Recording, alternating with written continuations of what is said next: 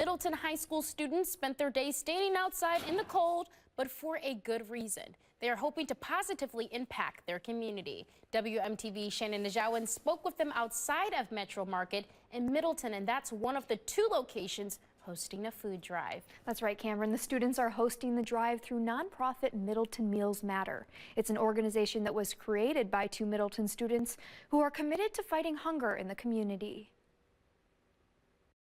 And first they started thinking globally, but then they found out that the need was actually greater here in Middleton. Grace Parker, senior at Middleton High School, helped co-found Middleton Meals Matter with 2 classmates. And they wanted to focus on helping out their neighbors before helping out other people. One of their first food drives, held in September, was a huge success.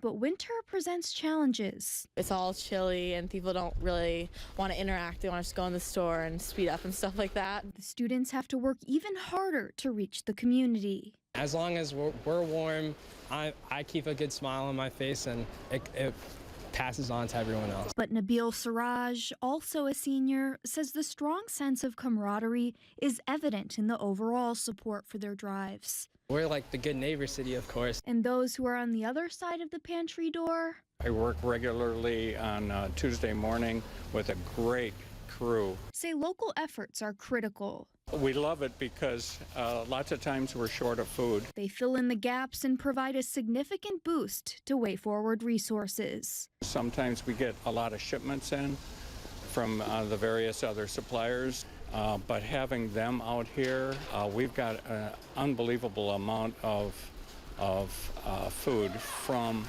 this kind of project.